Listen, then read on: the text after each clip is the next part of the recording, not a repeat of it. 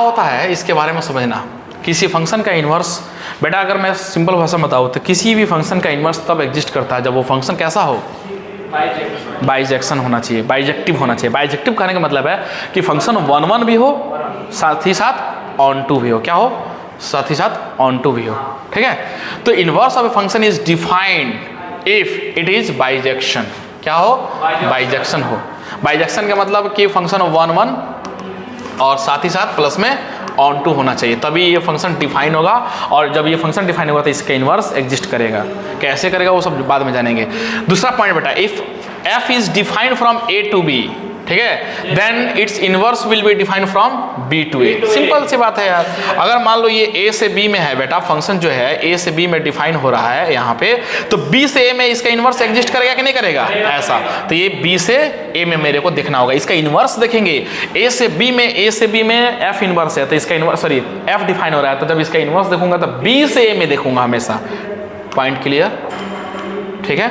Next देखो, inverse of any function is always unique. Obvious है यार, इनवर्स 50 थोड़ी नहीं निकलेगा, फंक्शन एक है, इनवर्स तो हमेशा यूनिक होगा, एक ही यूनिक है। मतलब कि कभी भी अगर तुम इनवर्स किसी फंक्शन का फाइंड आउट कर रहे हो तो ज़्यादातर कोशिश मतलब देखना वहाँ पे कभी कभी 2 वैल्यू भी आता है, तो एक वैल्यू वहाँ से पक्का रिजेक्ट होना है। क्या होना है, एक वैल्यू रिजेक्ट होना है। क्यों रिजेक्ट होना है भाई, क्योंकि हम जानते हैं कि इनवर्स हमेशा यूनिक होता है, एक ही वैल्यू मिलता है इसका, यूनिक वैल्यू मिलता है, ठीक है, तो यूनिक होता है, याद रखना। नेक्स्ट पॉइंट देखना, if f and g are inverse two each other. एक फंक्शन fx है, एक gx है, दोनों एक दूसरे के इनवर्स हैं, तो f ऑफ gx का जो वैल्यू है और g ऑफ fx का वैल्यू क्या आएगा, x के बराबर रहेगा, ठीक है। ये चीज ध्यान में रखना है। नेक्स्ट पॉइंट बेटा देखो, जैसे कि ये लिखा हुआ है यहाँ पे, ये a से b में f डिफाइन हो रहा है, तो a से b में f डिफाइन हो रहा है, b से a में क्या डिफाइन हो रहा है, g। तो भैया अगर तुम ध्यान से देखो तो ये फंक्शन f डिफाइन हो रहा है, तो इसका ये g का मतलब क्या है, ये g is the inverse of f। भाई अगर f डिफाइन हो रहा है a से b में, तो b से a में जो फंक्शन डिफाइन हो रहा है इसका मतलब वो इनवर्स रहा होगा। तो भैया ये इनवर्स ही तो है, इसका इनवर्स है, समझ में आया। तो f का इनवर्स क्या है, gx। f inverse x equal to gx लिख दिया, तो x बराबर यहाँ से f ऑफ gx आ जाएगा। बस ये सिंपल तरीका है। अब बेटा नेक्स्ट देखते हैं, ये समझना ध्यान से, बहुत शानदार कंसेप्ट है। a से यहाँ पे ये देखना, a से b में कौन सा फंक्शन बेटा डिफाइन है, g। a से एक g फंक्शन है जो a से लेके b में डिफाइन है।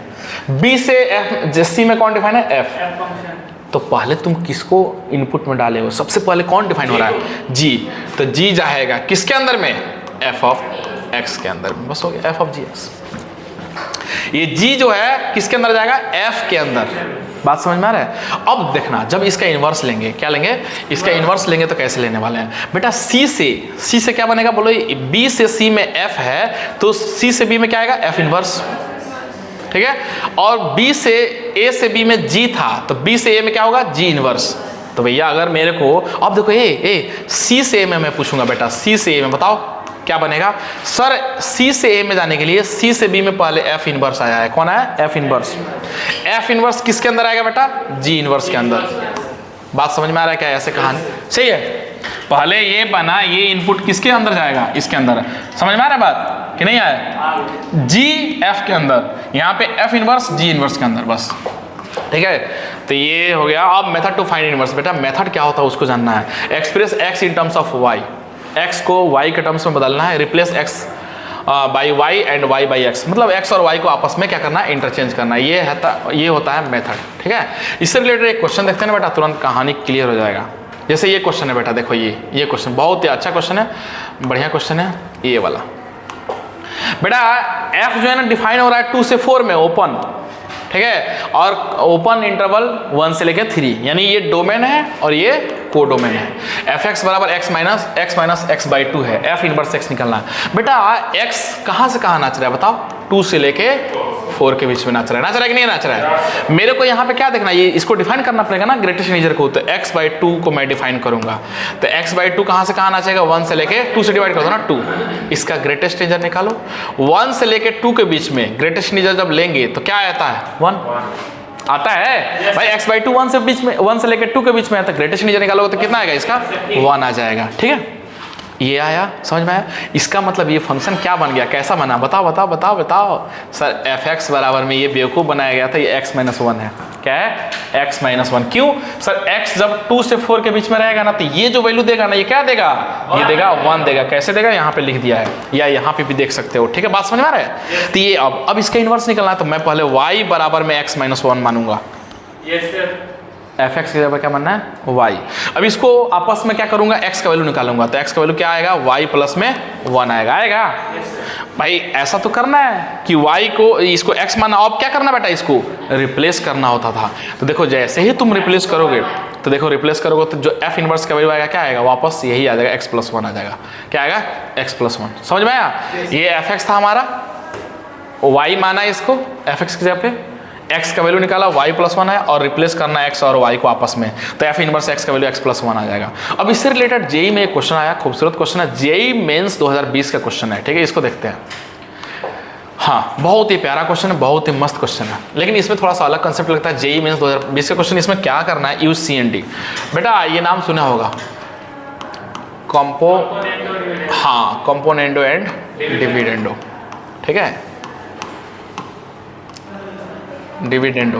बेटा ये होता क्या है? मान लो a बाई बी बराबर में c बाई डी लिखा है। ठीक है, a by B is equal to c by D लिखा है, तो मैं इसको लिखूंगा ऐसे, a plus B divide by a minus B. इसका तरीका होता है कंपोनेंट डिविडेंडो को लिखने का।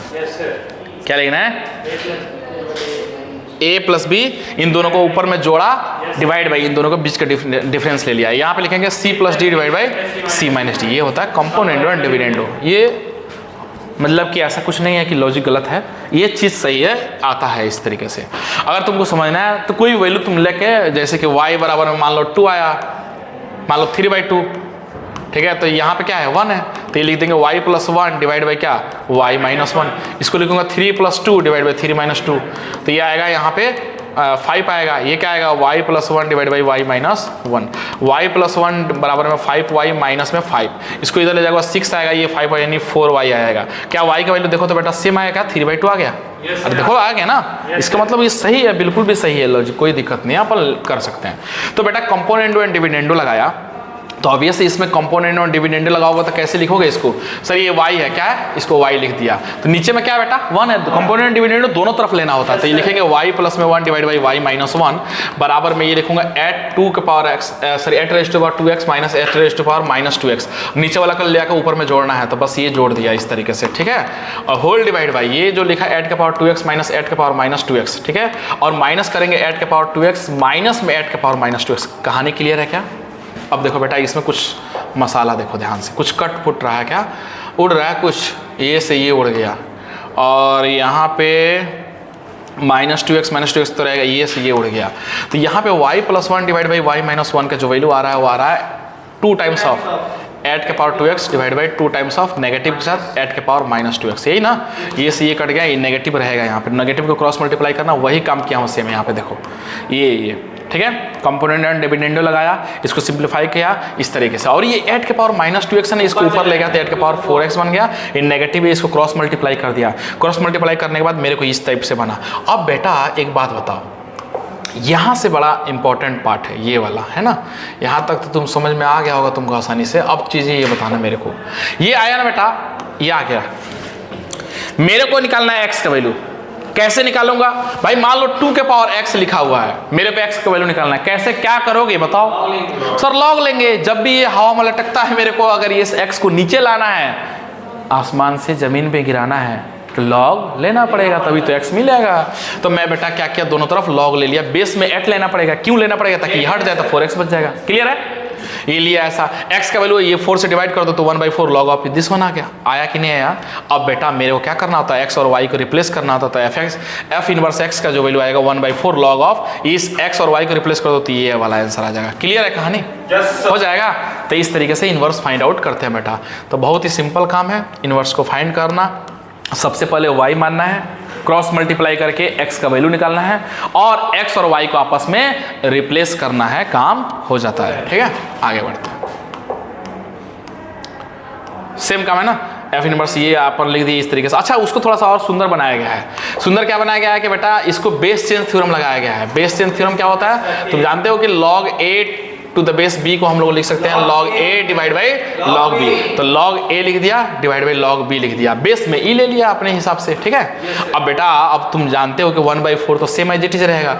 इसको जब log को हम लोग नीचे से ऊपर, ऊपर से नीचे ले जाते हैं तो नंबर ऑफ बेस आपस में इंटरचेंज होता है, रेसिप्रोकल लेते हैं। तो इसको ऊपर ले जाना है, तो ऊपर ले जाना है तो ये e ऊपर चला जाएगा और बेस में 8 आ जाएगा। क्लियर है ये?